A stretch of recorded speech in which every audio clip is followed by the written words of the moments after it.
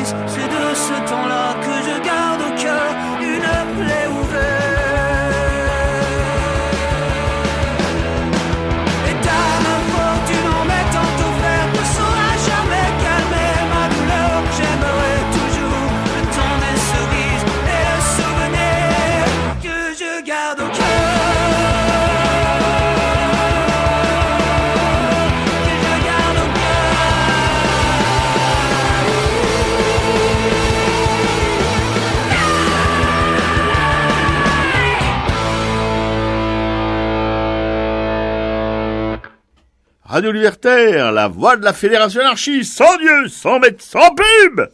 On est toujours là, à Racaille, pour une émission consacrée en passant par Bourg-Marlotte avec nos sabots. Voilà. Radio Libertaire, à Racaille, sont intimement liés pour ce matin entre 11h et 12h30 pour un regard en marge sur l'art et une dénonciation des sales coups de la politique politicienne. Auditeurs, auditrices, auditeurs de Aracaille, bonjour. Une citation, comme tous les mots ordis, citation du père Hugo, qu'une société s'abîme au vent qui se déchaîne sur les hommes, cela s'est vu plus d'une fois. L'histoire est pleine de naufrages de peuples et d'empires, mœurs, lois, religions. Un beau jour, cet inconnu, l'ouragan, passe et emporte tout cela. Et nous attendons l'ouragan. Nous, ici, à Radio Libertaire, dans l'émission Aracaille. C'était Victor Hugo, Les Misérables, 1862. Voilà. Bonjour, moi je vous rappelle comme d'habitude le numéro du studio, le 01 43 71 89 40 pour nous joindre pendant les pauses musicales ou à la fin de l'émission. Et moi je vous rappelle le blog de l'émission, le seul et l'unique, www.aracaille.fr, sur lequel je rappelle que vous pouvez vous exprimer quand vous voulez, comme certains camarades William et son camarade Claude, voilà, qui eux n'hésitent pas à nous remonter les bretelles sur le blog. On aime bien à part de la lecture.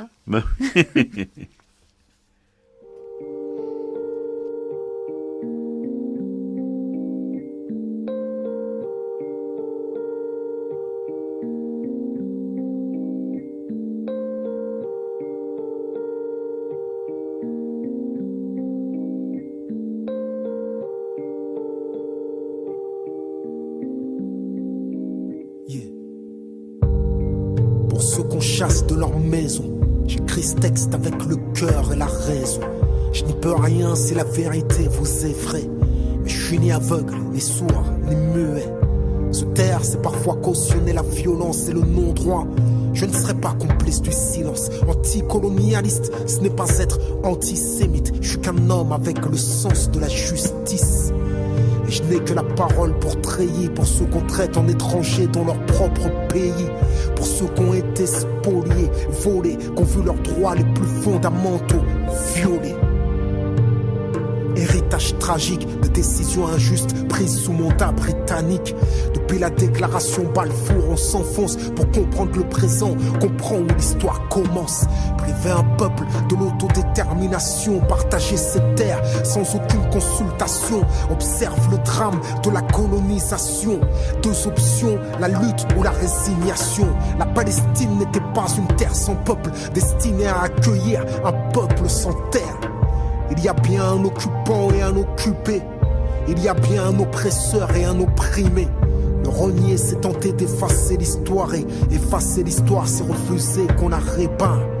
Il y a bien un agresseur et une victime, un colonisateur et un résistant palestinien. Il est question de faits établis, pas de point de vue. Ma raison peut s'y tenir, même si mon cœur est ému. Il ne s'agit pas de deux forces égales qui s'affrontent. Les médias parlent de guerre, quelle honte. La troisième puissance armée face à une nation sans état. Plus de 1000 pour 10 à la dernière intifada. C'est ça la guerre. Mais malgré tout ce qu'ils subissent, les Palestiniens résistent. Les Palestiniens existent. J'ai rarement vu un peuple si courageux. Sa fierté brille comme le soleil, même par temps orageux. Je peux pas me désolidariser. Juste en tant qu'être humain, je suis obligé de me positionner. C'est un appel à partager leur peine, mais les ignorants diront que c'est un appel à la haine. On ne nourrit pas l'injustice en la dénonçant, mais en la taisant. Quoi qu'ils disent, j'écris avec le cœur et la raison. Sans le cœur et la raison, il n'y aura jamais de paix à l'horizon.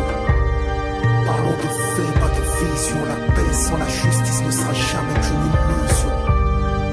Sans le cœur et la raison, il n'y aura jamais de paix à l'horizon. Parlons de faits, pas de vision. La paix sans la justice ne sera jamais qu'une illusion. Pas de quiétude dans l'occupation. Au quotidien, l'occupation, c'est l'humiliation. L'humiliation est violente, constante aux frontières des checkpoints. La liberté est agonisante. J'écris la détresse d'une nation qui sur ses propres terres n'a plus la libre circulation. Sous couvert de sécurité, l'apartheid se maquille et le mur sépare des familles. Les colonies se multiplient sous l'œil actif et complice des États-Unis. Négociations sans fin pour la création d'un État palestinien. Mais quand viendra l'heure, qu'est-ce qu'il en restera? Quelques bouts de terre éparpillés. À l'heure où j'écris ce texte, plus des 3/4 ont été pillés. Près d'1 million d'êtres humains ont été poussés à l'exil. Pourquoi quitter leur terre si leur vie n'était pas en péril? Et leurs biens sont devenus les leurs. Les espoirs de retour sont devenus des leurs. As-tu entendu parler de la dite loi des absents? Les biens des réfugiés reviennent à l'occupation. Qui peut prétendre trouver ça normal? Qui peut prétendre que je devrais rester impartial pour rester impartial? Quand l'injustice est flagrante, il faut être sourd avec une morale non-voyante. L'histoire témoignera que je me suis levé comme j'ai pu, pendant que les grandes puissances les regardent crever. Tous parlent de droits de l'homme, mais n'empêche pas le massacre. Les sanctions de l'ONU ne sont applicables qu'à l'Irak.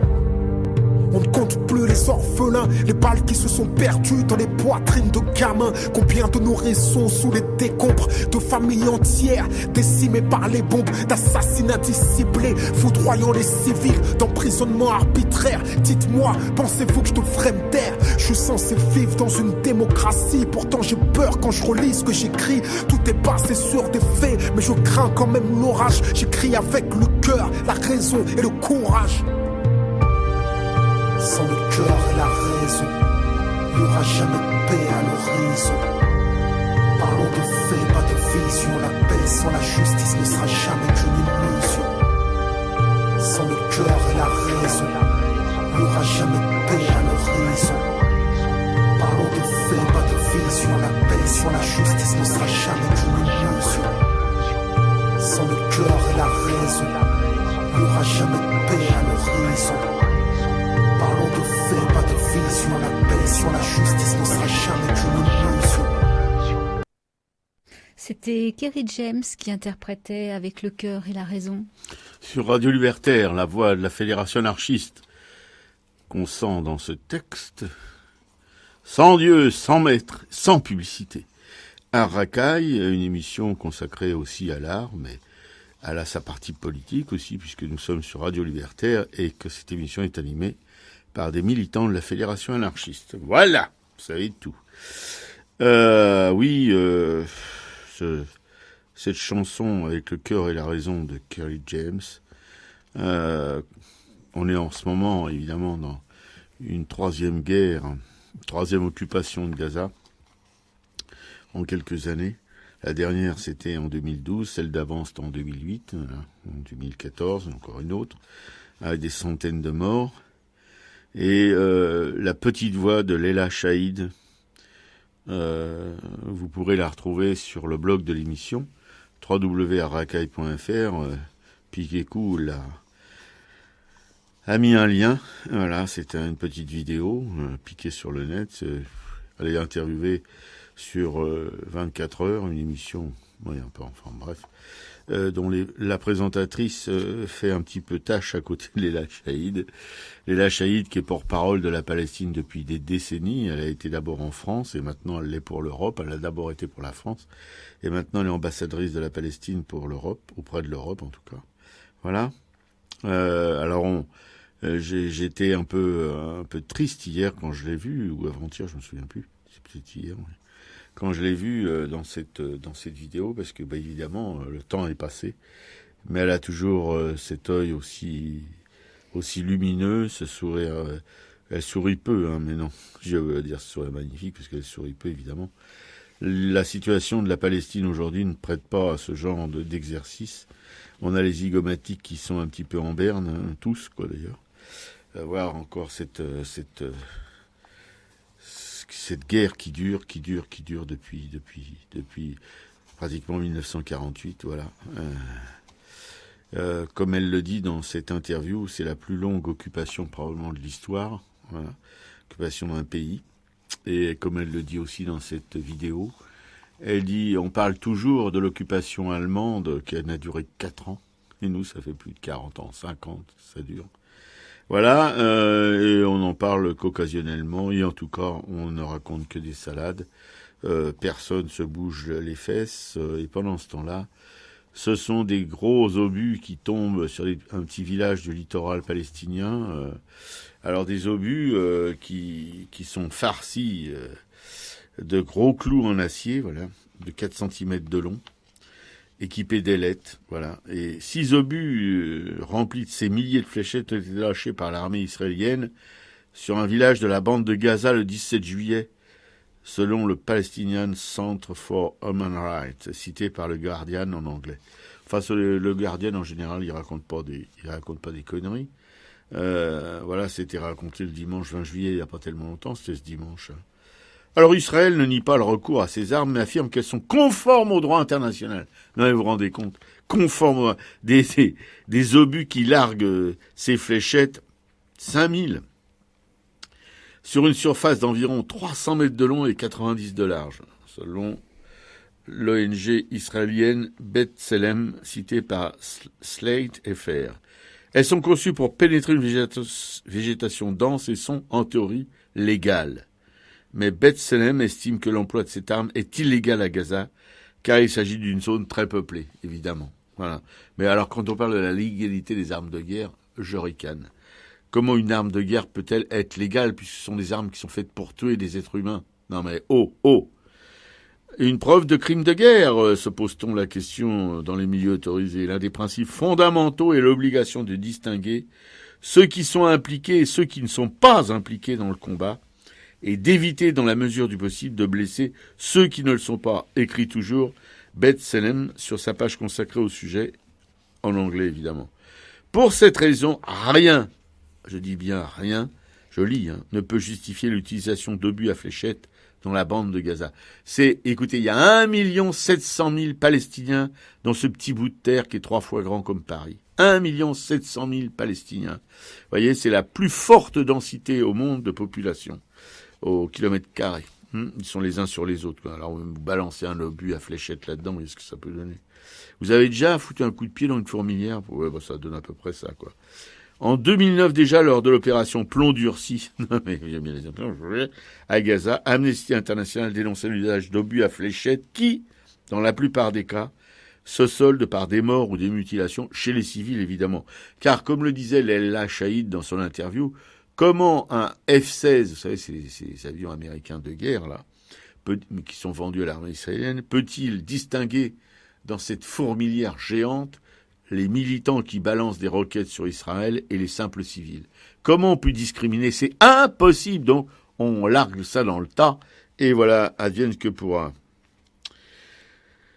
L'ONG Human Rights Watch, en anglais, estimait à la même époque que le recours à des armes visant sans distinction des populations civiles est une preuve de crime de guerre.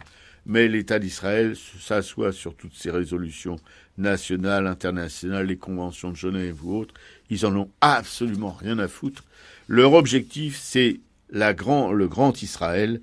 Voilà, c'est la terre promise, c'est à eux, et tout ce qui n'est pas eux, eh ben, ça doit virer. Voilà, c'est l'objectif ultime. Alors évidemment, contre des manifestations comment on pourrait dire, anti-guerre, quoi, comme il s'en est passé à Paris, interdites, des manifestations en faveur, évidemment, des victimes de l'État d'Israël, ça génère des contre-manifestations, ça génère des gens qui viennent là-dedans, qui n'ont rien à y faire. Mais pour ce qui concerne la rue de la Roquette, on a regardé avec ma camarade Piquécou attentivement quelques vidéos et lu quelques commentaires sur cette histoire. Et enfin, dans l'état actuel de nos informations, on ne veut pas dire qu'on vous délivre là une parole d'évangile, c'est le cas de le dire. On voit très nettement encore sur cette vidéo que des bandes de comment tu les appelles, les LDJ. Les LDJ, la Ligue de défense juive, qui gueulent, qui ont été chercher des manifestants à la Bastille, les provoquer à la Bastille en criant on encule la Palestine, etc. Forcément que dans les gens qui manifestaient pour la Palestine, il y a des nerveux. Ça existe dans tous les bords. Hein. Il y en a aussi bien chez les pro-juifs que les pro-palestiniens, que les pro-mon-cul ou ceci ou cela. Mais vous voyez, il y a toujours des mecs qui prennent la mouche tout de suite et qui ont poursuivi donc ces trublions de la LDJ jusque dans la rue de la Roquette. Ils sont pas du tout approchés de la synagogue, enfin on l'a pas vu. Mais on se dit avec Piquécou, enfin stratège que nous sommes, vieux militaire aguerri à toutes ces choses-là, que c'était vachement bien pensé. On va provoquer des mecs à la Bastille, on les fait venir rue de la Roquette en direction de la synagogue, et après on se planque derrière les CRS qui protègent eux-mêmes la synagogue, évidemment. Donc, elle n'a jamais été en danger, la synagogue. Vous voyez, tout un main. Voilà. Mais alors là, on peut broder, évidemment, parce que tout ça, c'est un peu confus. Enfin, il y a quand même des images, on les voit, on entend les commentaires des militants de la LDJ. Je rappelle que la LDJ est quand même interdite en Israël. Elle n'est pas en France, non, mais en Israël, oui. Voilà. Ça a permis aussi aux bêtards de se réveiller, parce qu'ils étaient un peu mis à pied depuis quelques années. Et là, ils reviennent sur le devant de la scène. Alors là, on peut être sûr que ça n'a pas arrangé les choses, hein, parce que bon, évidemment, de chaque côté, il y a des gens qui sont pas. Mais comment on peut être raisonnable dans des histoires comme ça? Enfin, qui sont un peu plus nerveux que les autres, et ça, voilà les conséquences. Mais il faut aussi rendre justice, si c'est possible, et rétablir un semblant de vérité en disant que le fait de ces excès vient plus du côté pro-israélien que du côté pro-palestinien. Désolé de le dire, mais évidemment les Palestiniens ont des sales gueules, c'est des musulmans, le Hamas qui est le prétexte à toutes les... Voilà, alors que Leila Shahid encore mettait bien les choses au point en disant que le Hamas... qui il y a quelque temps encore était complètement dans la révolte et armée, commençait en intégrant l'OLP, enfin en tout cas en acceptant de prendre la voie parlementaire avec les gens du Fatah, etc. Eh bien, c'était évidemment qu'un groupe, une organisation comme le Hamas peut pas en 24 heures retourner complètement sa veste. Il va falloir des années avant qu'ils intègrent, comme le Fatah l'a fait il y a 20 ans. Je rappelle que le Fatah avant était pour la guerre armée contre l'État d'Israël et qu'il y a 20 ans, ils ont décidé d'essayer la voie parlementaire. Enfin, ils se font papouter depuis 20 ans. Il faut dire que bon, voilà, le résultat c'est ça. Et le Hamas, évidemment, il réfléchit beaucoup avant de prendre exemple complètement sur le Hamas. Mais bon, il est en bonne voie et voilà, le Hamas, tout le monde tombe. Et qu'il était absolument pour rien dans l'enlèvement de ces 3 jeunes Israéliens qui ont été exécutés, etc. Il y a des groupes incontrôlables, mais on peut le comprendre aussi en Palestine, des gens qui sont hors de contrôle de tout et qui pour leur propre compte, balancent des roquettes sur Israël sans que le Hamas donne son feu vert, pas forcément, ou peut-être, mais on ne peut pas l'affirmer. Et puis de toute façon, un État comme l'État d'Israël qui s'arroge le droit d'assassiner sans jugement des populations ou même des militants des organisations palestinienne, comme il l'a fait par le passé, puis qu'il le fera dans l'avenir encore, voyez, mais comme les États-Unis d'ailleurs, qui ont eux-mêmes ont montré l'exemple, ou c'est l'inverse, en assassinant des dirigeants politiques qui leur conviennent pas dans le monde entier, comme ils l'ont fait avec Allende au Chili. Voilà, on a là des choses de non-droit, des choses qui seraient vraiment, qui pourraient être qui pourraient les faire comparaître devant une cour internationale comme celle de la Haye, mais bon, ça, faut pas rêver.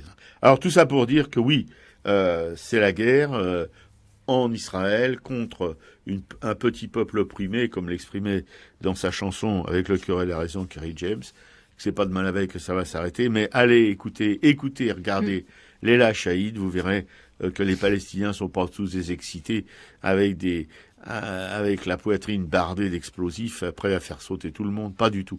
Ce sont des gens raisonnables aussi, des gens qui veulent un compromis, qui veulent un État, et ils en ont vraiment le droit, puisqu'ils sont chez eux.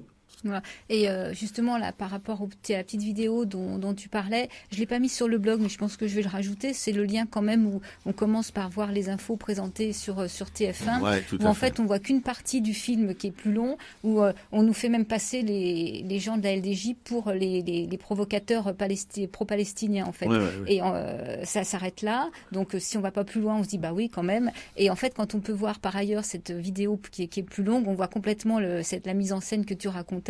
Et quand on voit l'arrivée des CRS qui viennent protéger la synagogue, en fait, tous ceux de la LDJ vont se cacher derrière les CRS, en fait, vont se mettre à l'abri, quoi. Des grands courageux. Et ce qui accrédite encore plus le fait que, bon, voilà, les pro-palestiniens voulaient foutre le feu à la synagogue, bien sûr, pourquoi pas. Voilà. Donc moi ça va pas être tellement plus gai ce matin. Je vais vous parler donc c'est le titre d'un des paragraphes de l'âge de fer, c'est-à-dire les services publics flingués en privé. Donc c'est pour évoquer ce traité qu'on appelle TISA ou encore ACS. C'est l'accord sur le commerce des services. Donc après le TAFTA, le TISA. Même scénario. C'est un traité qui est préparé depuis 2 ans, donc sous l'impulsion des États-Unis, qui concerne donc le secteur des services. Une 50aine de pays participent aux négociations. Et en Europe, c'est l'Union européenne qui mène la danse. Et bien sûr, les négociations ont lieu dans le plus grand secret. Donc que nous prépare ce traité ? Tout simplement, il s'agit de tordre le cou, lentement mais sûrement, à tous les services publics. Donc une clause de statu quo stipule que tous les services qui, à la date de la signature de ce traité, ne sont pas publics, ne pourront plus le devenir. Donc avec en plus l'obligation pour chaque pays qui veut conserver ses services publics de demander une dérogation. Donc, à noter que langue de bois oblige, les pays qui préparent ce traité se sont autoproclamés, entre guillemets, les vrais bons amis des services. Il faut noter que même en cas de changement de gouvernement, d'aspiration des populations, aucun retour en arrière ne serait possible. Donc, des syndicats du monde entier appellent à cesser ces négociations commerciales qui sont secrètes. Et malgré les demandes répétées des syndicats et ONG pour une plus grande transparence, voire pour l'arrêt des discussions, le mandat de négociation donné à la Commission européenne n'a toujours pas été rendu public. Les services publics seront-ils protégés de toute menace de privatisation ? Là encore, réponse sibylline de la Commission. Écoutez bien, l'Union européenne a introduit une réserve horizontale lui permettant de sauvegarder des monopoles et des droits exclusifs d'exploitation dans le secteur public, La réserve est libellée comme suit. Les services reconnus d'utilité publique au niveau national ou local peuvent être soumis à des monopoles publics ou à des droits exclusifs octroyés à des opérateurs privés. Conclusion de cette la transparence, c'est aussi une question de vocabulaire. Marianne a parlé aussi pas mal de ce traité. Donc là, il a remonté un petit peu le fil de ce qui s'est passé et constaté que la plupart des responsables politiques français ont donné le feu vert à ces négociations sans véritablement savoir de quoi il s'agissait, à moins que ce ne soit là la philosophie libre-échangiste du TISA qui les ait séduits. Ça, c'est quand même, c'est ça qui est très grave. Ils l'ont voté sans même savoir ce que c'était. Ils sont dans tous les bords, que ce soit à l'UMP ou au PS. Pire, ils l'ont voté sans même savoir qu'ils l'avaient fait. Comme dit Françoise Katzek, une ex-PS, « J'ai voté ça, moi. Honnêtement, je n'en sais plus rien. » Corinne Lepage rajoute, « Ils, ce sont la plupart des députés français du Parlement européen. » Donc les négociations étaient censées rester secrètes jusqu'à 5 ans après la conclusion d'un accord ou l'éventuel échec des négociations, comme le dit un document Wikileaks qui a été dévoilé par l'Humanité. Et c'est le Conseil de l'Union européenne qui, le 18 mars 2013, alors qu'il est réuni en session agriculture et pêche, qui a mandaté la Commission pour négocier cet accord. Donc le tout sous le regard bienveillant du ministre de l'Agriculture Stéphane Le Foll. Et le moins timide, lui, le Parlement a voté la résolution le 4 juillet 2013 à la grande majorité.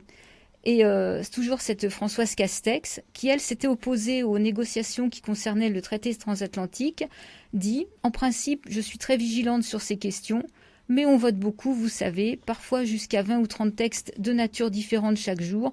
On a des listes de vote, alors si c'est un sujet sur lequel je n'ai pas travaillé directement, je suis la liste de vote. Il se peut que je me sois trompée. » Il y a quand même des erreurs qui sont très graves. C'est pareil, Arnaud Danjean de l'UMP ne sait pas vraiment de quoi il s'agit.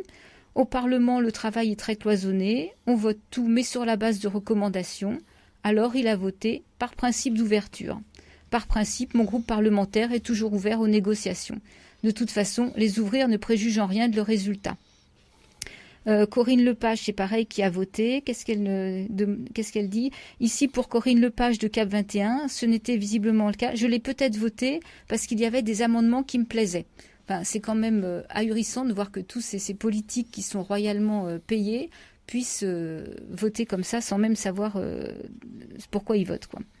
Donc voilà, le Sénat français semble lui aussi avoir signé les yeux fermés. Le 12 mars donc 2013, soit 6 jours avant le Conseil de l'Union européenne, la Commission des affaires européennes examine en urgence la question de l'ouverture de ces négociations.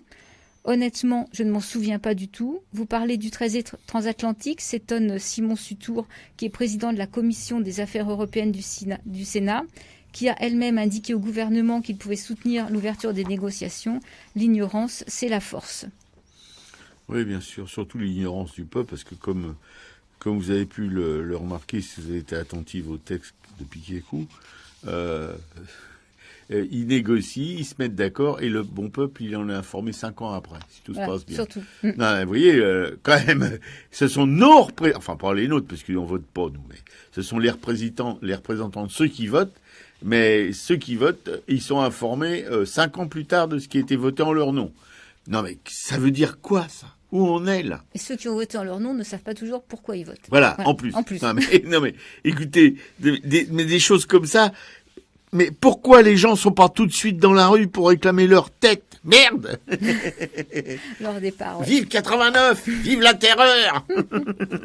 Non, il faut dire pacifiste et dire des choses comme ça, c'est pas bien, je sais, mais bon, ça fait quand même chaud à la patate d'entendre des énormités pareilles, quoi. Et Piquet-Coup n'est pas non, si, elle est une extrémiste. Voilà, merci Piquet-Coup.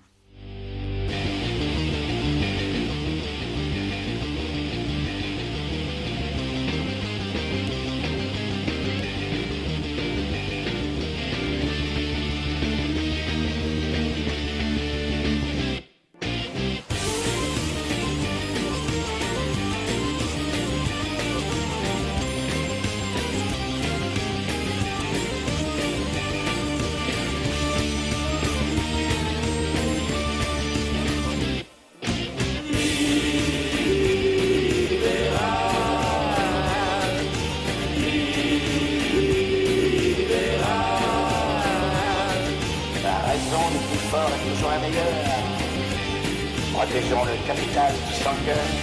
C'est paraît-il pour toi, pour moi, pour nous tous, notre nouveau bonheur. Pourquoi s'encombrer de vérité? Faisons croire que le libéralisme est une nouveauté. Oublions, depuis des générations, il existait déjà sous bien d'autres noms. Faisons croire que l'égalité, c'est un vieux concept dépassé. Faisons croire que la liberté n'est plus que celle de vendre et d'acheter.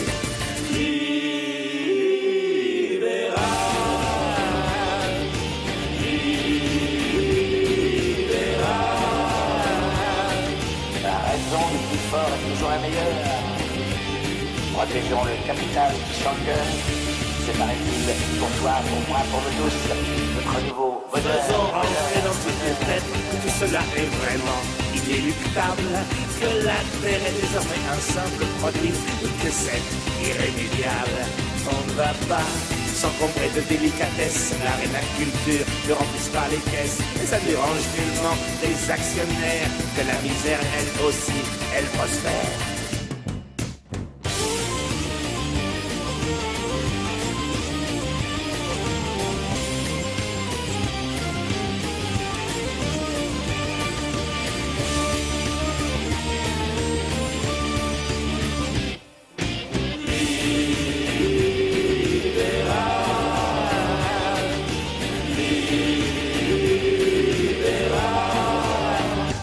Aucune contradiction entre la richesse qui pousse et les pays qui crèvent. Pourquoi culpabiliser? À part l'argent, il n'y a plus de guerre que les rêves. Comme toujours, la mafia plastronne, elle est devenue libérale, caponne. Même à gauche, les notables disent que c'est incontournable. Alors n'écoutons pas tous ces morceaux, vite bougeons avant que notre monde plonge.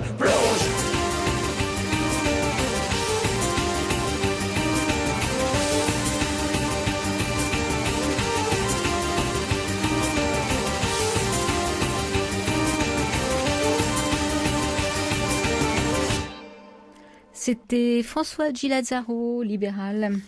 Sur Radio Libertaire, la voix de la Fédération anarchiste, sans Dieu, sans maître, sans pub, à Racaille. Voilà, pour une émission principalement consacrée à l'art, enfin, ce qu'on appelle l'art, mais qu'est-ce que c'est que l'art? En passant par Bourron-Marlotte avec nos sabots, Bourron-Marlotte, un petit village du Grantinet, où on posait leur cul tout un comment dire, un panel d'artistes, ça fait con, enfin bon, beaucoup d'artistes au 19e siècle et au début du 20e, voilà, on va vous parler d'eux, entre autres de Murger, qui a fait découvrir ce petit bled aux Rapinos et autres tapeurs de écrivaillons, etc., voilà, d'Auguste Allongé, de Jean Laurence, de Achille Etna Michalon, des gens qui sont complètement inconnus maintenant. On peut acheter leur toile pour moins de 1000 € maintenant, ou leur dessin, voilà. Mais ça nous intéresse, nous, de parler justement de gens qui ont complètement disparu, vous voyez, et qui avaient du talent. C'était pas simplement des petits barbouilleurs du dimanche. Non, c'était des gens, comme vous verrez, comme par exemple Achille Etna Michalon, hein, un petit bonhomme qui est mort à 26 ans, quoi, mais qui avait un talent complètement fou. Voilà, c'est terrible. Je crois il me semble qu'il y a chez les artistes peintres en tout cas, peut-être les sculpteurs aussi, mais comme il y a moins de sculpteurs, il y a moins de dégâts. Mais chez les artistes peintres, il y a des milliers d'artistes qui ont été passés à la trappe comme ça, dont on n'entend plus nous parler, qui sont plus cotés, plus rien, alors qu'ils avaient quand même un langage pictural vachement intéressant. Ouais, alors nous on a pris le train et puis on est allé jusqu'à Bourron-Marlotte pour essayer d'avancer un petit peu sur les pas de tous ces peintres, quoi. Donc on vous racontera un petit peu ça tout à l'heure, tout ce qu'on a découvert sur Bourron-Marlotte. Moi je vais déjà commencer par lire un extrait d'un livre de Murger qui s'appelle Le Sabot Rouge. Donc effectivement, Henri Murger découvrit Marlotte en 1850, 2 ans avant la publication de Scènes de la vie de Bohème, un de ses livres qui est sûrement le plus connu. Donc Marlotte, c'était beaucoup plus tranquille que Barbizon, ce qui est encore vrai aujourd'hui d'ailleurs. Donc, oui. Donc Murger s'installa dans un premier temps à l'auberge Sacco, puis à l'auberge Antony, à savoir que les 2 auberges étaient rivales. Et à chacun de ses retours à Marlotte, il entraînait des Parisiens, donc dont la célébrité rendait les enthousiasmes contagieux. Et alors c'est bientôt un va-et-vient de poètes, de littérature, de peintres, de musiciens. Et Murger en fait crée Marlotte. Barbizon donc avait là une concurrence et et c'était Murgère qui était le centre de cette attraction. Alors qu'y avait-il à voir à Marlotte ? Il y avait déjà Murgère. Et dans son roman Le Sabot rouge, il décrit sans complaisance la rude vie paysanne de Marlotte au début du XIXe siècle, avec ses personnages pittoresques et truculents et tous les drames qui s'y jouent.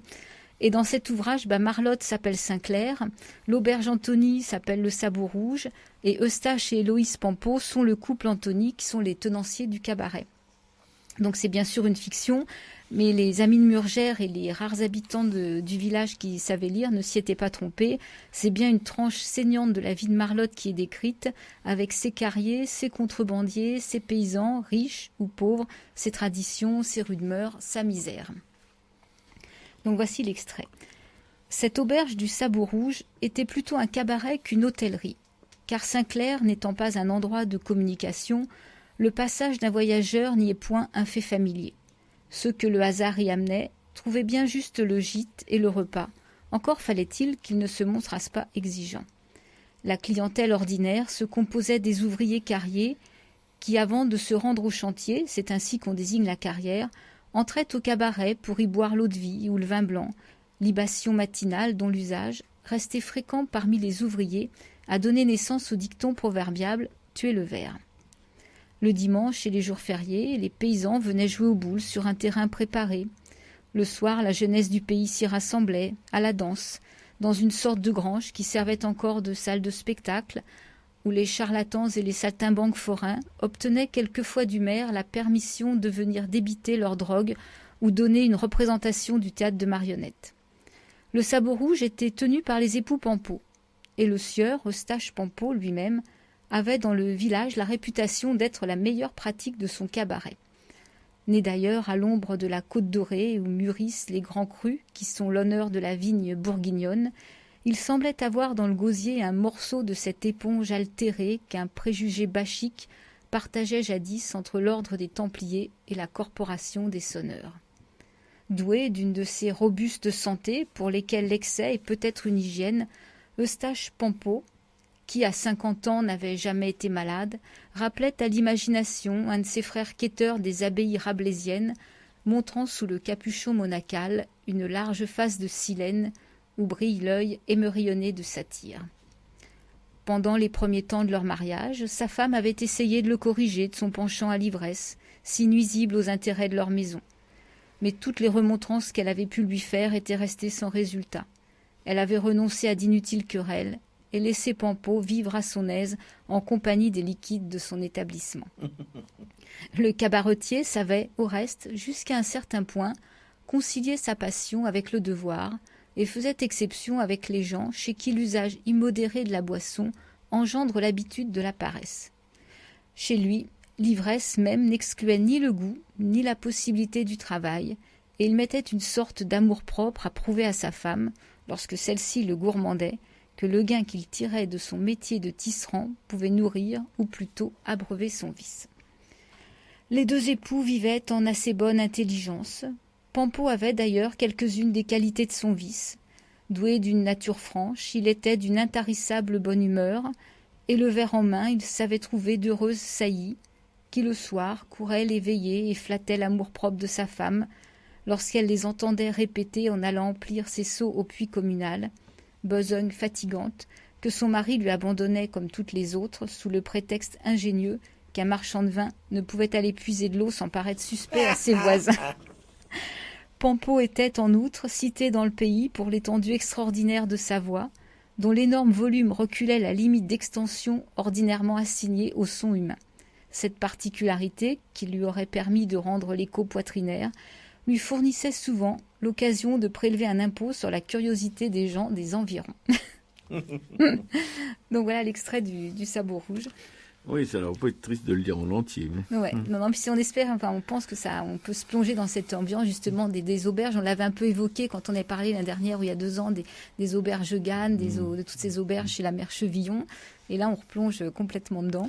Oui, sauf que là, c'est resté presque dans son jus, puisque, comme le relevait Piquet-Cou, Barbizon, même aujourd'hui, c'est vraiment le truc hyper touristique, avec des grands restaurants, des grands hôtels, des machins invraisemblables, alors que à Bourron ou à Marlotte, Il y a 2-3 bistrots, quoi, comme celui dont on vous parlera tout à l'heure, ou dont on peut vous parler maintenant, qui s'appelle le Bijou Bar. Le Bijou Bar. On est allé se sustenter avec la camarade Piquet-Cou. Voilà, mais autrement, c'est vraiment mortifère. Il y a personne, ça bouge pas, ça chante pas, ça rigole pas. Paraît-il qu'il y a encore des artistes. Enfin, on en a pas vu, en tout cas, nous, on n'a pas remarqué. Voilà. Qu'est-ce qu'on peut ajouter? Non, on raconte un petit peu ce qu'on a fait, quoi. On est arrivé donc en train, et puis qu'on a été visiter. Ce qui nous intéressait, c'était la mairie musée justement de Bourron-Marlotte, pour voir un petit peu toutes les toiles. Alors c'est vrai que c'est sympa ces mairies musées, parce que en fait les tableaux sont dans toutes les pièces de la mairie. Ouais, même dans les bureaux, enfin bon. Donc voilà, les gens viennent parler avec les agents municipaux, et il y a les toiles. Nous, on s'est promené au milieu de tout ça, dans les bureaux, on est rentré, donc on a pu voir des jolies toiles, que ce soit dans la salle du conseil municipal, on a pu voir deux aquarelles d'Auguste Allongé, une huile. Et en fait, les mairies musées, c'est Charles Moreau-Vautier qui était à l'origine de ça. C'est quelqu'un qui s'est passionné pour la vie de Marlotte, justement, donc qui a passé une partie de sa vie à faire vivre et à instaurer ça. Charles Moreau-Vautier était peintre, mais c'est un élève de Jérôme. Il a eu une carrière de peintre assez brève. Après, il était plutôt écrivain et critique. Mais il a mis en place cette mairie musée qui continue d'être encore alimentée par des dons de peintres actuels, quoi. Ouais, c'est ça. Et donc, oui, on a reçu aussi un accueil très gentil, mais comme dans toutes ces choses, il y avait eu la mairie aussi de Grèce, mais qui est un peu semblable, et il pense que c'est lui qui l'avait d'abord installé.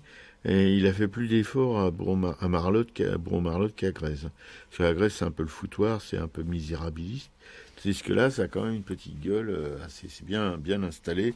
Et l'accrochage est assez bien fait. Voilà, moi j'ai vu une peinture d'un descendant de Millet. C'est son petit-fils ou? Oui, je crois que c'est son petit-fils. Ouais. Son petit-fils, qui n'était pas du tout peint, qui était plutôt. Ouais.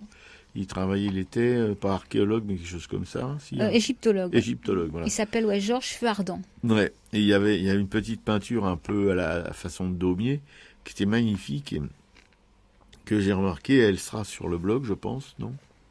Peut-être, je l'ai pas mise encore, mais je peux la rajouter. Encore, ouais, parce que je l'avais trouvé vraiment bien. Il y a aussi un catalogue, mais bon, je vous conseille pas de l'acheter, parce que nous, on s'est fait bluffer un peu. Puis, vous voulez pas l'acheter dans un premier temps, il coûtait quand même 15 €. Et puis, elle l'a regretté, et avant de partir de Bourron, elle est allée l'acheter, mais elle aurait mieux fait de pas le faire, parce que c'est pas vraiment intéressant. C'est surtout à la gloire du mec de Vautier, là, justement, ouais. Voilà. Mais il n'y a pas vraiment... Oui, il y a pas des choses très intéressantes dedans, à part ça, voilà. Et puis, surtout, dans notre pérégrination à travers les rues de Bourron et de Marlotte, parce que Bourron-Marlotte, parce qu'au 19e siècle, Marlotte s'est rattaché, qui était un hameau à côté de Bourron, s'est rattaché à Bourron, et c'est devenu Bourron-Marlotte. Voilà, c'est tout simple, hein. Et alors, on s'est baladé là-dedans sous un cagnard invraisemblable. Et si on se rappelle qu'il faisait plus de 30 degrés ce jeudi où on y est allé. Bon. Heureusement, on a pu se sustenter et boire une bonne bière bien fraîche, accompagnée d'une omelette au Bijou Bar. Alors attention, le Bijou Bar. Un repère des haricots rouges qui viennent de temps en temps faire un concert, là, voilà. Il paraît qu'il y a aussi des artistes de Bourron qui se réunissent là. Enfin bon. En tout cas, la patronne est adorable. Et je suppose que c'est le patron qui fait la cuisine. Il fait des omelettes, mais alors, je vous assure, c'est indescriptible tellement c'est bon et copieux. Alors il y a un plat unique par jour. Là, c'était le jour de l'omelette. On sera arrivé le lendemain, le vendredi, c'était le jour de l'entrecôte. Alors, Piquet-Cou, qui est végétarienne, on lui a fait une omelette végétarienne.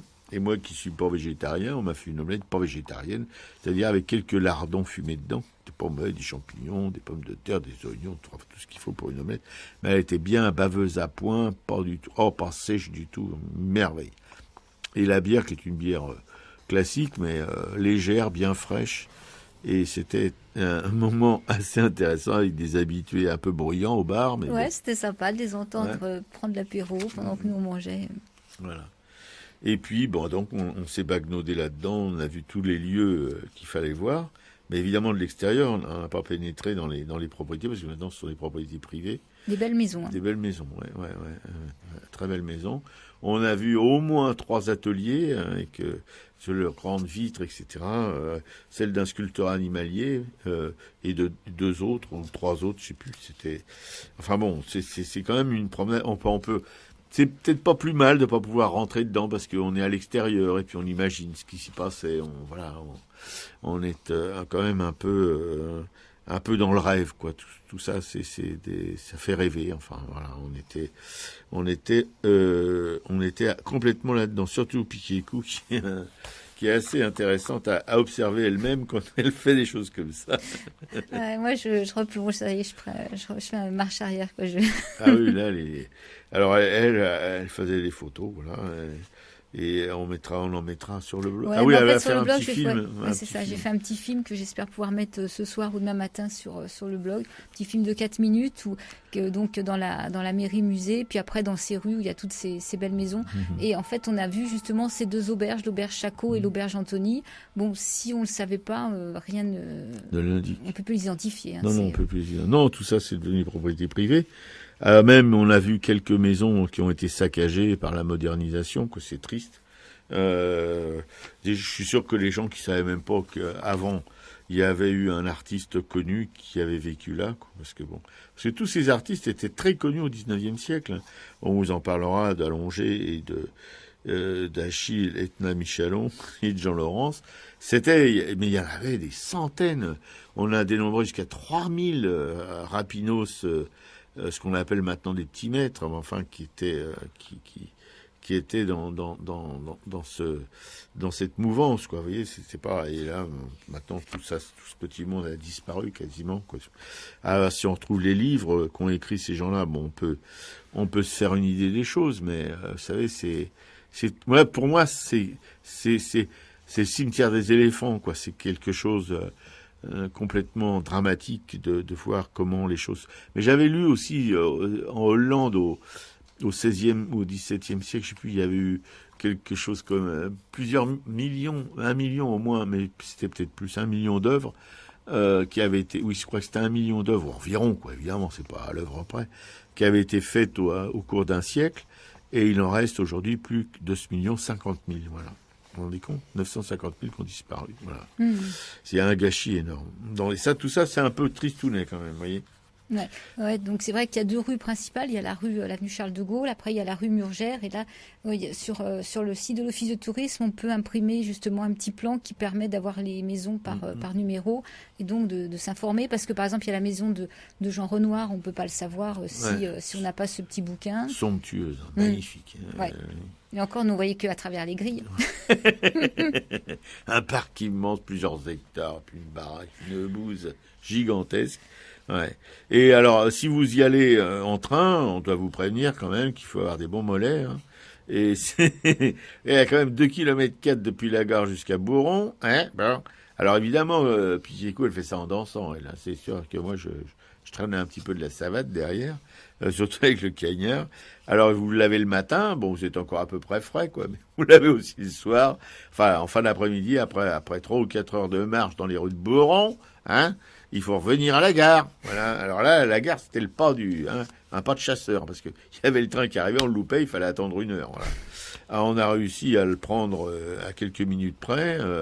J'ai failli d'ailleurs me casser la gueule en montant ou en descendant, je sais plus, parce que c'est très haut. L'accès, le palier du train où on descend, là, c'est pratiquement à 50-60 cm du sol. Alors si vous avez l'impression que vous descendez une marche classique, là, vous rétamez la gueule comme j'ai failli le faire. Voilà, retenu par ma camarade Piquet-Cou qui a des muscles. Voilà, et en fait, c'est de Bourron-Marlotte, la forêt juste derrière. Donc la Mare-aux-Fées doit être, je sais pas, une demi-heure à peu près de la gare, quoi. Encore. Non, à plus d'une demi-heure de la gare. Non. Attends. 2,4 km, ça fait, oui, à peu près une demi-heure, quoi, tu vois, de marche. il faut traverser tout Bourron et tout Marlotte. Et après, c'est à une demi-heure, oui. Oui, bon. Oui, non, mais parce que c'est sa technique à Piqueco. Elle me dit toujours, vous savez, ah oui, mais on arrive, hein, on est presque. Eh bien, une heure après, on est toujours en train de marcher. Alors, bon, merci. Je tiens à vous prévenir quand même. Faites attention à ces évaluations de terrain.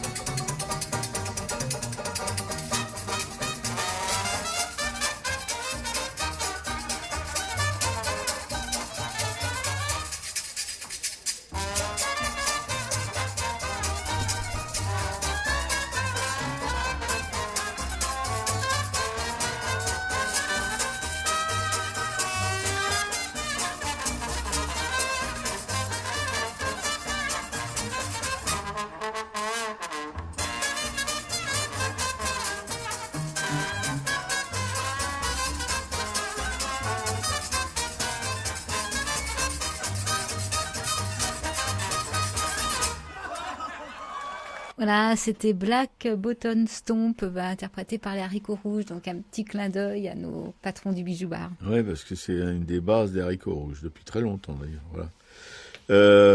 Bon, et bien voilà, on va donc évoquer maintenant un des piliers de Bourg-Marlotte, parce qu'il vraiment qui a passé un des peintres les plus fervents de la forêt, on peut dire ça pour de lui, et qui a fait des fusains de la forêt, des aquarelles. C'était une exécution magnifique, ils disent facile, mais enfin moi je suis pas sûr. Voilà, qui ont rendu son nom très populaire, et qui a passé, donc comme je vous l'évoquais, la plus grande partie de sa vie à Marlotte, voilà, et ça en toute saison, par tous les temps, on était assuré de le trouver assis dans la plaine de Bourron, ou alors dans la forêt, près de la Maroufée, comme on y est allé quelques fois avec Piqueco, et une pléiade d'artistes d'ailleurs, tous y sont passés, de Corot en passant par Millet, etc., où il ne se lassait pas, lui, allongé de découvrir de nouveaux sujets, voilà. C'est des gens admirables parce que, évidemment, quand on sait que maintenant, ces gens-là, lui, d'ailleurs, il a écrit un traité, le Grand Cours de Fusain, en 25 leçons, qui comprend 54 planches, et qu'il a publié au 19e, fin du 19e, en 1875. Et ça lui a rapporté évidemment une grande notoriété à cette époque-là, parce que à cette époque-là, le fusain était plutôt considéré comme un matériau pour les études. Vous voyez, les crobards, les choses vite faites, etc., etc. Et lui, c'est son truc j'aime beaucoup ce genre de réflexion. Je me suis dit, mais merde, pourquoi ne utiliser ce matériau? Il en a pressenti toutes les possibilités. Pourquoi l'utiliser seulement pour faire des études? Pourquoi pas en faire un outil pour un art majeur, un art vraiment, voilà. Et il l'a fait, c'est-à-dire qu'au lieu de faire de la couleur, il a fait du noir et blanc. Il a peint, comme on dit, dans la nuance, dans les choses comme ça. Non, c'est pas tout à fait ce qu'on dit. Ça va me revenir. Hein. Bon, voilà. Et quand on utilise une technique, c'est pas de, c'est ça va me revenir. Enfin, il y a des choses comme ça toutes simples que je connais depuis. C'est vieux comme mes robes et puis j'oublie. Voilà. Et alors, il est élève de l'école des Beaux-Arts, comme l'étaient tous ces gens-là à cette époque épique. Hein. Il est élève de Léon Coignet, un glorieux inconnu aussi, allongé. Il a suivi également les cours de dessin de Louis César Ducornet. J'ai envie de dire Ducornet à piston. Artiste génial, quoique infirme. Vous voyez, enfin bon, ça rend pas l'artiste forcément génial. Hein. Il a commencé, notre camarade allongé, j'adore son nom, par peindre des belles aquarelles, effectivement, à la mairie de Beaumont-Marlotte, qui, comme vous l'a dit, on en a vu 2 très belles. Ouais, magnifique. Des eaux fortes aussi, des pastels, mais c'est avant tout un virtuose du bout de bois brûlé, c'est-à-dire le fusain, du charbon de bois. D'ailleurs, il a écrit un traité, je vous en ai parlé, hein, le grand cours de fusain, qu'on retrouve probablement encore maintenant, mais en impression numérique, enfin on espère, parce que moi je voudrais bien l'avoir. Mais il y a une bibliothèque à Bourron-Marlotte, c'est vrai qu'on n'est pas allé, on était un peu assommés par la chaleur, mais peut-être qu'ils en détiennent un exemplaire à la bibliothèque, qui est attenante à la mairie. En fait. Et il a obtenu d'ailleurs sa première récompense avec le fusain, la récompense du jury du Salon de Paris de 1855, il avait 22 ans, avec un souvenir de la gorge au loup. Voilà. C'est quand même... donc sa voie véritable dans laquelle il trouvait succès, c'est le fusain. Comme je vous l'ai expliqué, il a remarqué que ça servait que la plupart du temps pour les esquisses, et il a réussi à donner à cet art la finition et l'ambition des œuvres achevées. Il faut vraiment les voir. Hein. On croit presque des photographies. Quand on connaît le fusain, quand on l'a un peu manié, c'est pas évident. Hein. Bon. Il est proche, évidemment, de l'école de Barbizmuche, Barbizon pour les conventionnels, et il est sensible aux effets de la lumière. Oui, évidemment, c'est un peu con cette histoire. Il remplace donc la couleur par une étude très fine des valeurs. Voilà ce que j'oubliais. Les valeurs. Il dessinait en valeurs. En valeurs, ça veut dire que à une teinte de couleur correspond une valeur en gris, en noir et blanc, etc. Voilà. Un expert de ce temps béni aurait dit du camarade allongé, c'est le dessin au fusain, et le dessin au fusain, c'est allongé. Voilà. Quand il a dit ça, par la suite, le camarade Auguste Allongé est devenu un des brillants collaborateurs, et on s'en doute pourquoi pas qu'il ne le serait pas devenu, de l'illustration et du monde illustré, qui étaient évidemment à cette époque-là des publications assez prestigieuses.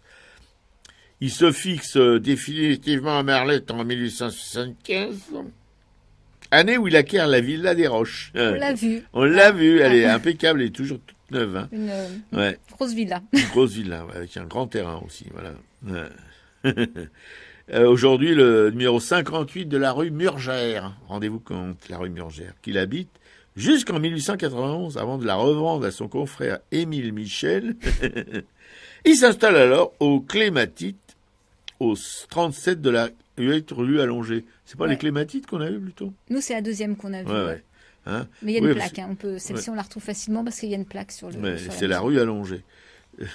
Puis ils n'arrêtaient pas, les mecs. Puis il se fait construire au numéro 21 de la même rue par l'architecte Jeannot, la villa des Sorbiers. C'est vrai, par celle-là plutôt.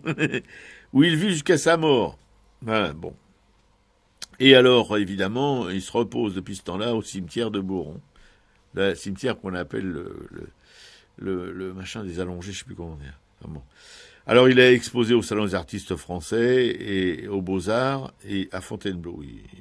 Il exposa, voilà. Bon. Auguste Allongé, parmi ses élèves, alors c'est là, hein, écoutez bien, il a eu parmi ses élèves, ah ben non, c'est pas lui, merde. Allongé a eu parmi ses élèves Gabriel Rigolo, ben, tout le monde, personne ne le connaît. Ouais, mais il y a une toile justement à la mairie et moi je l'ai mise dans ma petite vidéo parce que je l'ai trouvée très belle, très légère, dans des tons un peu ocre. Oui, vous serez privilégiés à voir une toile de Gabriel Rigolo. Jean-Louis Forin, c'est plus connu déjà, Hélène Maréchal qui ont également séjourné dans ce foutu village de Bourg-Merlotte. Il a illustré les ouvrages, les promenades de Paris et la forêt de Fontainebleau de Jules Clarécy et l'histoire des peintres de toutes les écoles de Charles Blanc en 1876. Voilà. Alors, j'ai dit sa grande publication, c'est le cours de Fusain, voilà. Allongé. Nous, ça nous a fait un peu rêver parce que déjà son nom, il fait rêver. Et puis évidemment, il a une technique assez superbe qui lui permet de faire des rendus de ces paysages qui sont magnifiques, comme ces deux aquarelles qu'on a vues au musée de la mairie. Là, l'huile, c'est un peu moins évident. Elle est très sombre en plus. Très sombre. Et peut-être qu'elle aurait besoin d'être un petit peu éclaircie, mais bon, voilà. Non, et on sent qu'il était plus libre avec des techniques aussi libres mais difficiles que l'aquarelle et le fusain, en tout cas comme il le pratiquait lui. Parce qu'évidemment, on peut faire au fusain le pire et le meilleur, et lui, il faisait le meilleur. Ouais, donc au premier étage de la mairie, une petite salle sur la gauche, les 3 œuvres d'Auguste Allongé sont là. Ouais, les 2 aquarelles et l'huile qui est assez grande, mais comme le dit Picot, on voit rien pratiquement. Ouais, c'est un berger, hein, c'est ça. C'est un berger, oui, son troupeau. Oui. Mais bon, on voit. Enfin, faut savoir que c'est un berger et son troupeau. Notre sentier près du ruisseau est déchiré par les labours. Si tu venais, fixe le jour.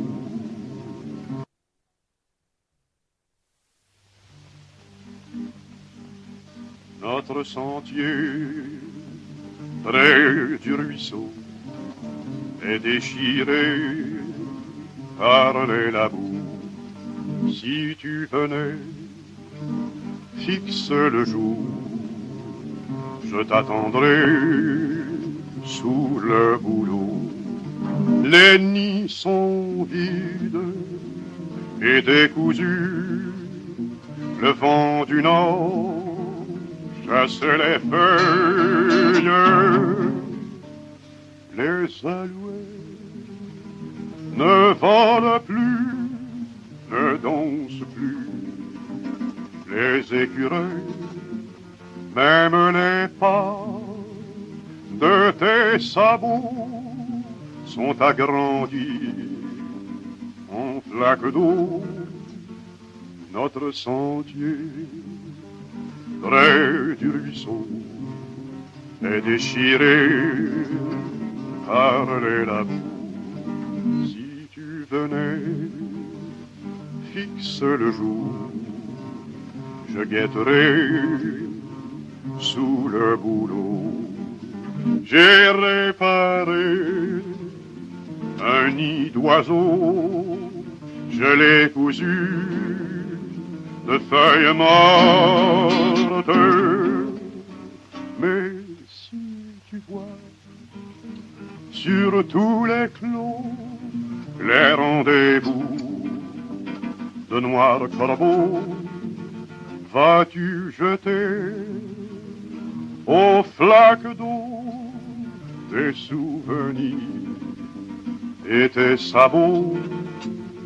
Tu peux pleurer près du ruisseau, tu peux briser tout mon amour.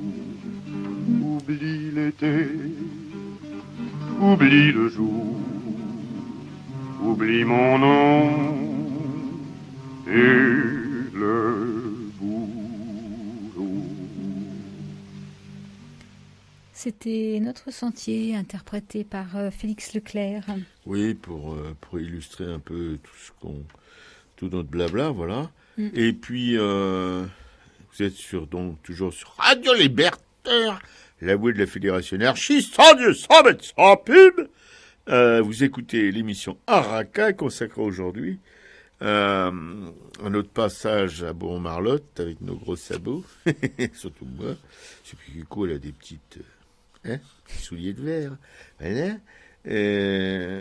Qui va vous parler, alors Pikikou tout de suite, d'un artiste de cette qui s'est baladé et qui a travaillé dans ce petit village du Gâtinais qui s'appelle Jean Laurence. Voilà, Jules Laurence. Alors Jules Laurence, Jean ou Jules. Jules. Ah bon. Ouais. Ah non, je pensais que c'était Jules. Alors par contre, là, celui-ci, on a vu ni sa maison et pas d'œuvre à la mairie musée. Hein, c'est dommage. Non. Donc, il était dessinateur, peintre et lithographe. Donc, il a appris à dessiner et à peindre en famille auprès de son frère aîné, avant de compléter sa formation à l'école des Beaux-Arts de Montpellier, puis à celle de Paris, dans l'atelier de Paul Delaroche. Son frère, il s'appelait Jean-Joseph Bonaventure. Jean-Joseph Bonaventure. Alors, je ne sais pas pourquoi c'est pas le même nom de famille, par contre. Ouais. Donc, son échec au concours du prix de Rome le pousse à aller voir ce qui se passe ailleurs dans le monde. Et le voici digne de notre liste, donc, des peintres ambulants, parce qu'il accompagne le géographe Xavier Omer de Helle dans une mission scientifique jusqu'en Perse. Et c'est un voyage de plus de 3 ans à travers l'Europe orientale. La Grèce, la Turquie, l'Arménie, en passant par l'Anatolie, le Kurdistan et la Mésopotamie. Au cours de ce périple, Jules Laurence réalise des milliers de dessins, des aquarelles, des croquis de paysages, des villes, des monuments, des scènes de la vie quotidienne de toutes ces régions visitées. La mission officielle s'achève après le décès subit de Omer de Helle à Ispahan, qui est terrassé par une fièvre maligne. Et Jules Laurence ne fut pas rémunéré pour ses travaux au service de la mission, mais par contre, il en rapporte des œuvres d'art de cette somptueuse époque qajar contemporaine, de ses voyages ainsi que d'innombrables documents qui lui permettront de réaliser par la suite une œuvre magnifique dans le goût orientaliste. Et il travaille aussi sur le journal de Xavier Omer de Helle, dont la publication sera posthume. Jules Laurence travaille à Paris durant une 30aine d'années, donc à partir de 1850. Il expose régulièrement au salon, il partage son temps entre son œuvre et un enseignement à de jeunes élèves qui viennent travailler dans son atelier, comme Jules Didier ou Paul Vaison. Éclectique dans ses goûts, il fréquente durant ses années fécondes des écrivains, des peintres de son époque aussi différents que Victor Hugo, Ingres, Corot, Eugène Cicéry, Diaz, voilà, ou encore plein d'autres. Il trouve son inspiration auprès des paysagistes, donc il fréquente Barbizon, Marlotte, l'Auvergne, le Comtat, et toujours fidèle et admiratif de l'œuvre de son frère, il lui consacre une magnifique biographie avant d'écrire sa Légende des ateliers, un ouvrage qui est paru à Carpentras en 1902. Donc c'est un remarquable ouvrage qui est maintenant épuisé en librairie, mais en fait qui est accessible sur le web. Donc j'ai mis un lien sur le Jules Laurence, il y a un lien à la fin du blabla là, sur ce livre, cette Légende des ateliers qui est intégralement mise sur Internet. Hein. Il y a 50 et quelques pages. Donc voilà pour Jules Laurence. C'est vrai que comme on n'a pas vu son travail en direct, c'est un peu difficile d'en dire plus. Oui, non, mais pourquoi avec sur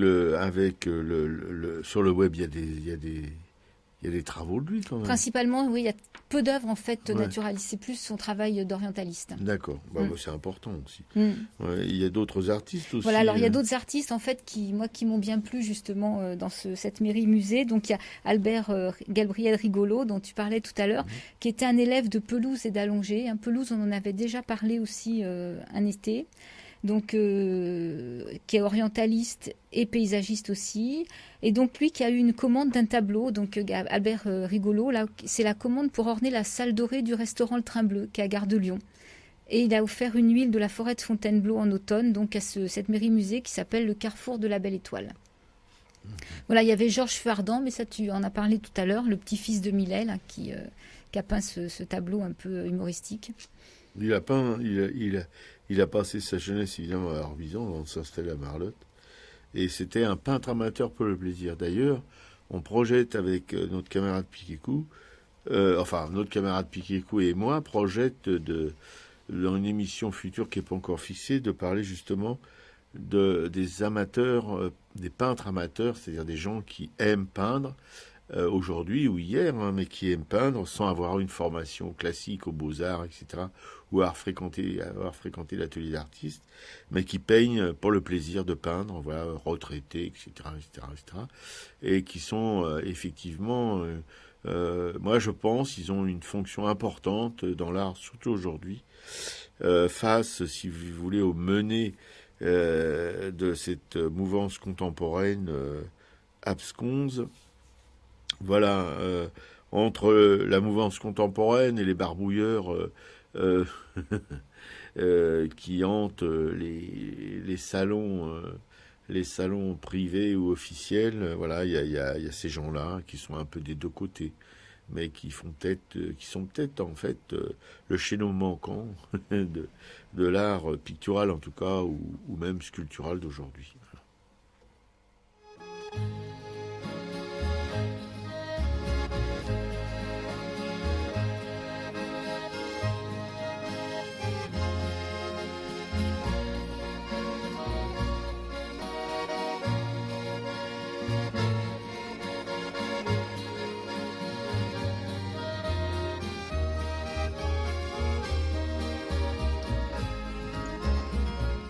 Je repasse tous les ans, quasiment,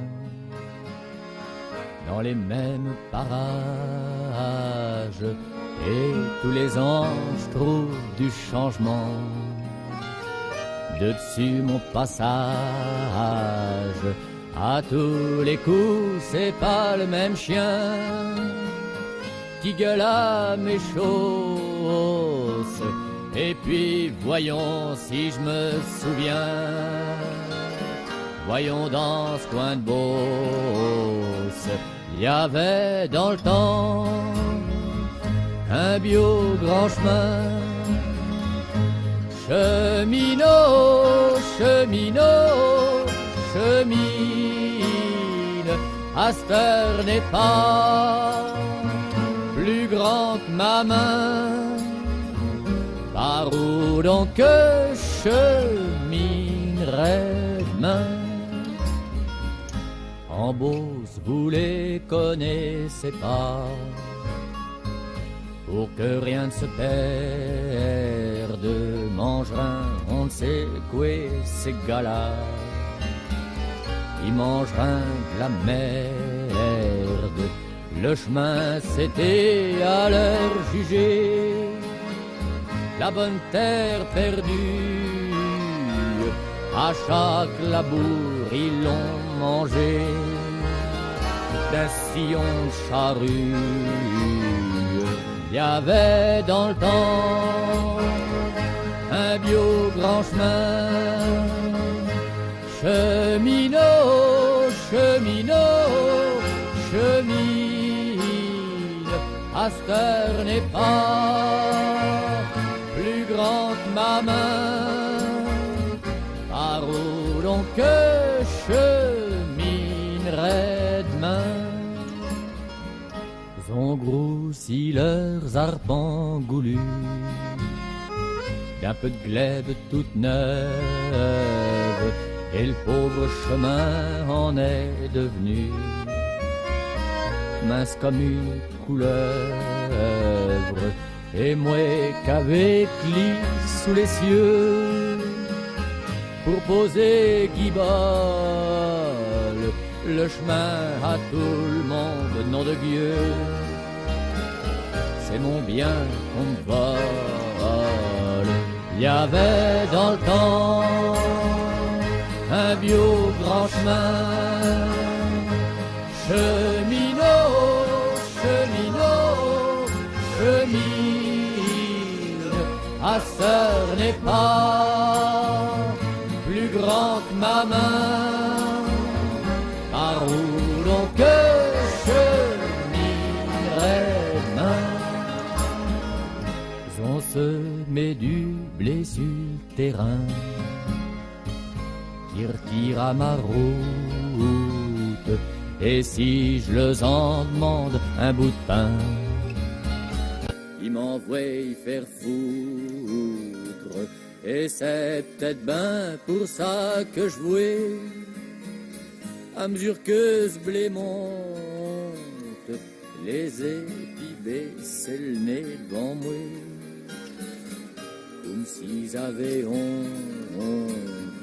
Il y avait dans le temps un bio grand chemin, cheminot, cheminot, chemine, à sœur n'est pas plus grand que ma main, par où donc cheminerait demain.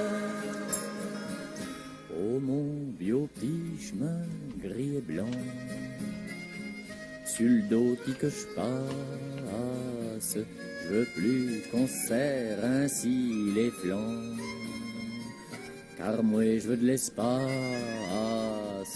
où ce qu'est mes allumettes à son, au fond de ma pantière, je ferai ben reculer vos moissons, allez mange terre.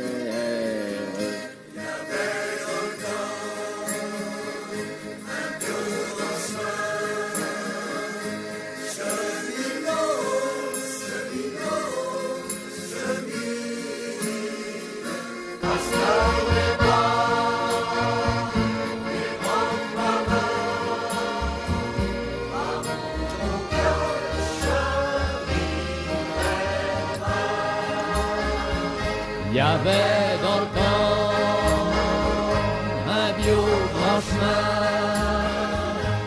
cheminot, cheminot, chemine, à sœur n'est pas plus grand que ma main, pourrait bien l'élargir demain. C'était Les Manches de terre, un texte de Gaston Coutet. Ah oui, un texte de Gaston Coutet. On s'en lassera jamais à Racaille. Voilà, vous êtes sur Radio Libertaire, toujours, évidemment, la voix de la Fédération anarchiste, sans Dieu, sans maître, sans pub, et vous écoutez l'émission à Racaille, consacrée aujourd'hui aux artistes de Bourron-Marlotte, où on est allé, il y a pas très longtemps, jeudi dernier, on est allé pour écrire ces textes et pour s'imprégner du lieu, hein. Il reste encore des choses là-bas. Voilà, et je vais évoquer avec vous on peut dire un espèce d'éclair dans le firmament, au firmament de l'histoire de l'art. C'est comment s'appelle-t-il donc déjà? Achille, oui. Alors, Achille Etna Michalon. Voilà, un très jeune artiste, précoce, voilà, un enfant un peu prodige, fils d'un sculpteur, Claude Michalon, voilà, bon. Commence à piailler dans une famille d'artistes, évidemment, il est élevé dans l'art et son goût précoce, par contre, pour le paysage, amène le jeune Michalon à fréquenter des ateliers de grands artistes comme David, par exemple, je abrège. Hein. Il reçoit aussi des conseils d'autres comme Bertin, Alexandre Denouy, qui, en voyant ses dons si remarquables, à l'âge de 12 ans, hein, qui n'avait plus rien à apprendre de ses maîtres, à 12 piges. Moi, j'en ai connu un comme ça, un galériste anglais, Gordon Fraser. En 1808, un riche et illustre étranger, à ce moment-là, c'était des Russes, hein, les riches et illustres étrangers, c'était pas encore les Américains, le prince Nicolas Borisovitch Yusupov, le découvre justement dans l'atelier de David et le surnomme le petit poussin. Le petit poussin. Pas le petit pousset, le petit poussin. Vous savez, en mémoire du grand poussin, quoi. Et lui refile une pension. Ah bah, vous vous rendez compte, à 12 ans. Bah. Quand il a 16 ans, il expose à 16 ans. Attendez, encore plus précoce que Rosa Bonheur. C'était 19, je crois. Il expose au salon et après quelques succès académiques, il décroche 2 médailles d'or obtenues, l'une à Paris, l'autre au concours de la ville de Douai. Voilà. À 20 ans, il part pour Rome en qualité de pensionnaire du roi. Il parcourt la Suisse, la Lombardie, s'enthousiasme pour Florence, avant de découvrir Rome avec stupeur. Moi, c'est pas le premier qui découvre Rome avec stupeur.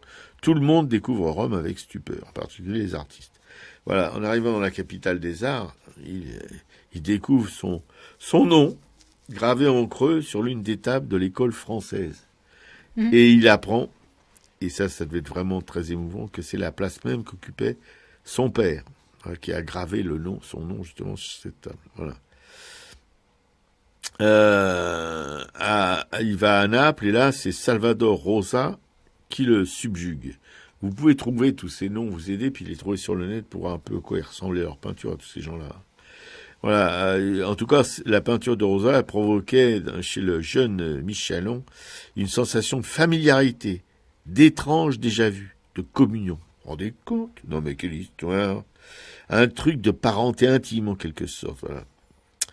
Puis en 1817, à l'unanimité des suffrages, son tableau Démocrite et les Abdéritains. Moi j'aime bien les noms des tableaux de ces époques. Putain, Démocrite et les Abdéritains, encore Démocrite mais les Abdéritains, obtient le prix de Rome. Imaginez le mec, non mais écoutez, il est encore gamin. Il obtient le prix de Rome du paysage historique proposé par le ministère de l'Intérieur, c'est moins drôle, et décerné par l'Institut. Tableau aujourd'hui à l'école des Beaux-Arts. L'année suivante, à Rome, Léon Coignet brosse son célèbre portrait, l'un des seuls qui nous conserve l'image de ce jeune prodige. Vous trouvez ce portrait justement sur un site dont Piqueco vous a mis l'adresse, voilà, justement du truc de Bourron-Marlotte. Ouais, c'est un site remarquable. La personne qui a fait ce site a mis une quantité d'infos, que ce soit sur les peintres, les écrivains, tous ceux qui sont passés à Marlotte. Il faut vraiment pas hésiter à aller cliquer partout sur le site. Tout à fait, ouais.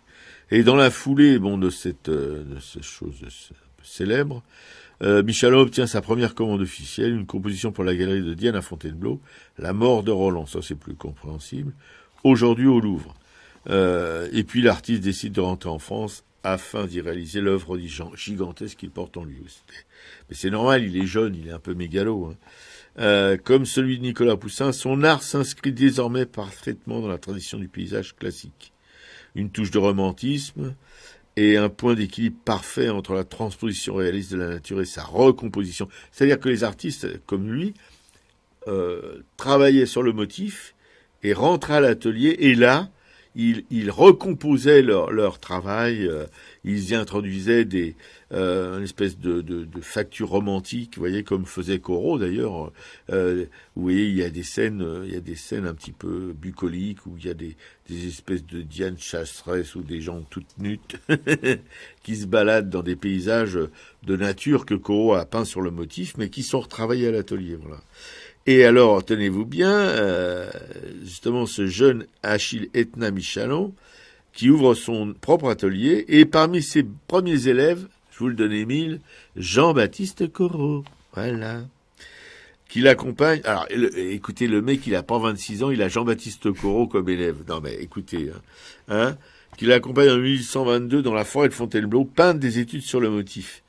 Alors, il bénéficie évidemment, le jeune Corot, de l'enthousiasme de son maître pour la nature, qu'il partagera même après sa mort.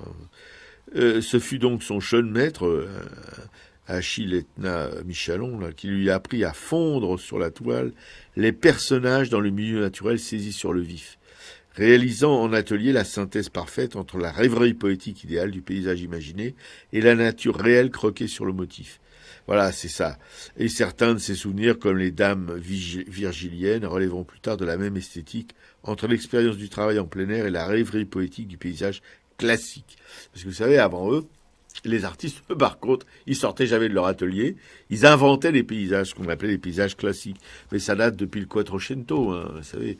Voilà, par exemple, dans la Joconde de Leonardo da Vinci, dans le fond, vous avez un paysage complètement idéalisé, et c'était tout le temps comme ça. On sortait pas dehors, on n'allait pas se mouiller le cul dehors pour faire des paysages. Voilà.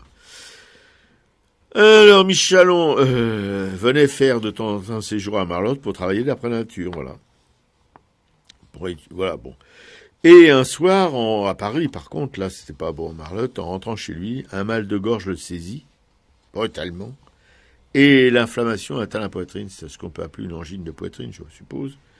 Et moi, j'ai eu une grand-mère qu'on avait à répétition. Et à 26 ans, en moins d'un mois, la mort l'enlève dans la nuit du 23 au 24 septembre 1822. Voilà. Après sa mort, après la mort de son maître, Corot poursuivit sa formation auprès de Jean-Victor Bertin, qui avait été l'un de ses premiers maîtres. Michalon serait peut-être demeuré dans l'oubli. Oui, il y est d'ailleurs, à mon avis, toujours, mais enfin bon.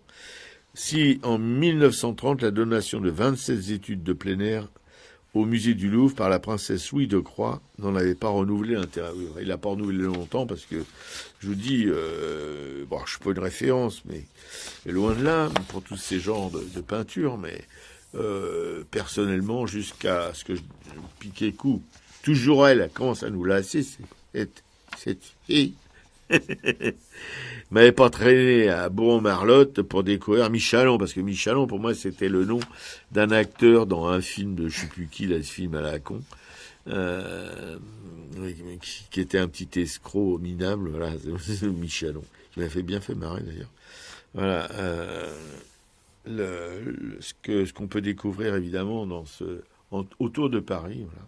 Ouais, on aurait pu parler de beaucoup d'autres, mais c'est Oh vrai là. qu'il faut faire des choix. Donc alors c'est qu'on en a pris 3. Ouais, mais rien ne vous interdit, camarades, auditrices, auditeurs, de voilà, avec les liens que vous fournit Piquet-Coup qui sont sur le blog, de vous balader et puis de lien en lien, de trouver d'autres artistes, de les aimer probablement, voilà, et puis peut-être d'aller. Vous aurez d'autres adresses, d'autres musées ou d'autres lieux où vous pourrez découvrir ces artistes que vous avez découverts à la suite de cette émission. Voilà. Parce que bon, nous, on vous en a parlé, on a fait une sélection, on peut pas parler des milliers d'artistes qu'il y avait à cette époque-là. Donc on a choisi quelques-uns d'emblématiques, mais rien ne vous interdit d'en trouver d'autres. Hein. Ouais, le mieux, c'est d'aller de prendre le train et d'aller se promener. Voilà, c'est ça.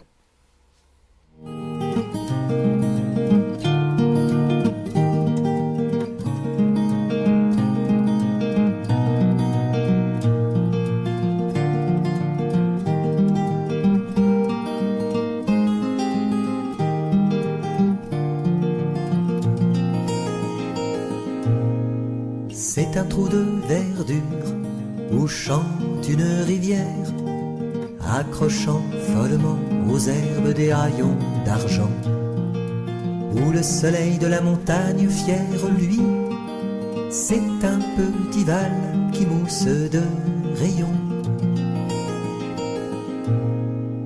Un soldat jeune, bouche ouverte, tête nue, et la nuque baignant dans le frais cresson bleu d'or. Il est étendu dans l'herbe sous la nue, pâle dans son l'hiver où la lumière pleut. Les pieds dans les glaïeuls, il dort, souriant comme sourirait un enfant malade. Il fait un somme, nature berce-le chaudement, il a froid.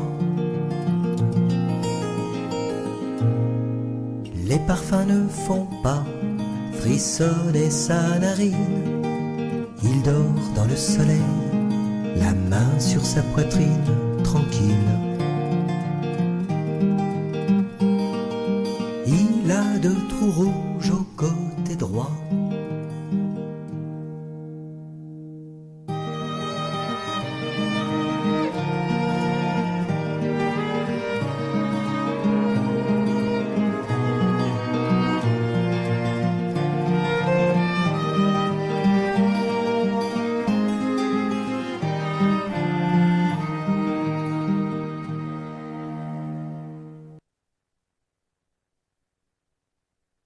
Oui, c'était Jean-Marc Versini qui interprétait Le Dormeur du Val. Sur Radio Libertaire, la voix de la Fédération anarchiste, sans Dieu, sans maître, sans pub, à Racaille, en passant par Bourg-en-Marlotte avec nos sabots, se termine, mais on aura une petite prolongue parce que vous pouvez rester à l'écoute, hein, parce que le camarade de l'émission suivante est en vacances et donc on a le loisir, la liberté, la licence de pouvoir empiéter sur le temps de son émission pour vous parler, si vous voulez, des choses dont on vous parle d'habitude et dont on n'aurait pas pu évoquer ici la liste interminable sans ce départ en vacances de ce camarade et de son émission. Voilà. Je vous rappelle que le blog de l'émission, c'est www.racaille.fr sur lequel vous pouvez nous joindre. pouvez nous joindre aussi ici au téléphone, si vous avez le numéro, qui est le 01 43 71 89 40. Voilà.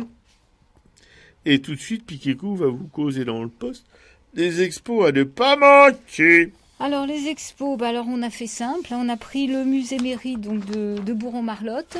Donc là il y a un auditeur qui me demandait pour aller à Bourron-Marlotte, donc c'est des trains Gare de Lyon, il y a des trains toutes les heures à 19, c'est qu'il y a le cadençage, donc 8h19, 9h19. Ça commence à 6h19. 6h19, c'est Gare de Lyon, c'est une heure de train et c'est la direction Montargis. Voilà. Et alors pour ceux, effectivement, le truc à savoir, c'est que plutôt que de payer des allers-retours des métros, il faut prendre un pass mobilis, 5 zones. Ça coûte entre 16 ou 17 euros, mais c'est moins cher finalement que de payer le ticket de métro plus le billet de train. Et avec ce pass, on peut faire tous les voyages qu'on veut. On peut reprendre le train, s'arrêter à Thomery, s'arrêter à Melun. Il n'y a pas de souci. Voilà. Donc la mairie musée donc de Bourron-Marlotte à voir. J'ai pas les horaires en tête. En gros, c'est 9h midi, 14h, 17h. Il y a le musée mairie de Grèce-sur-Loing qu'on avait visité l'année dernière. Et puis donc tous les musées de Barbizon. Il y a le musée Millet, il y a l'auberge Gannes, il y a le musée Théodore Rousseau, je crois aussi. Ouais, à Barbizon. Ouais.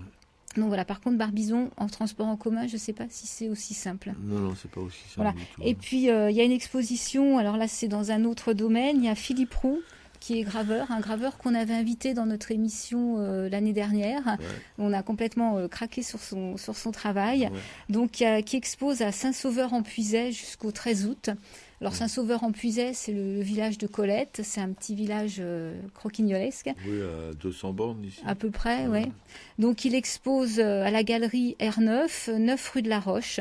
Donc, les horaires, c'est à partir il y a mercredi, samedi et dimanche. Hein, donc, il faut faire attention de ne pas vérifier les horaires avant d'y aller. Donc, voilà. Non, mais ça, on vous recommande d'y aller parce que, je ne sais pas comment ça fonctionne dans cet endroit, mais quand il expose lui-même, comme il l'a fait l'année dernière, à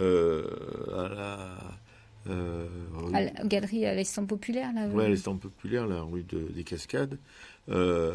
S'il met en vente des gravures autres que celles qui sont exposées, vous savez, dans des boîtes, ou je sais pas comment c'est exposé, je me souviens plus très bien.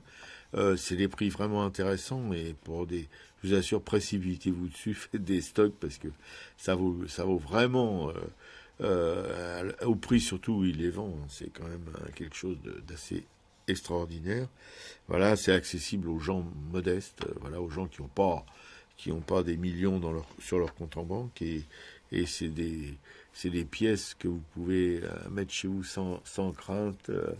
Elles vous agresseront pas, et ça, c'est un contentement extraordinaire pour l'œil et aussi pour l'esprit, évidemment. Voilà, les gravures de Philippe Roux, c'est vraiment un graveur comme on les aime, comme il en existe probablement fort peu maintenant, autodidacte, qui a décidé un jour de se consacrer à cet art de la gravure, principalement sur linoléum. Je me souviens plus s'il en fait sur bois.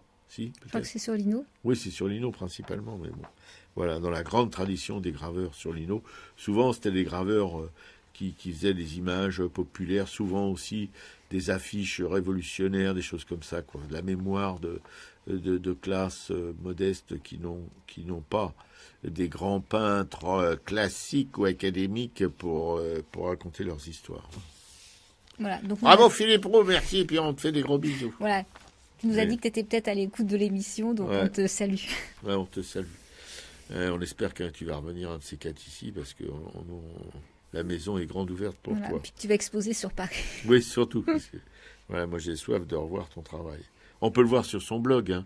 On a son blog chez nous, vous savez, les blogs qu'on peut respirer. Là, sur le blog à gauche, il y a un machin où il y a plusieurs blogs, dont celui de Philippe. Voilà.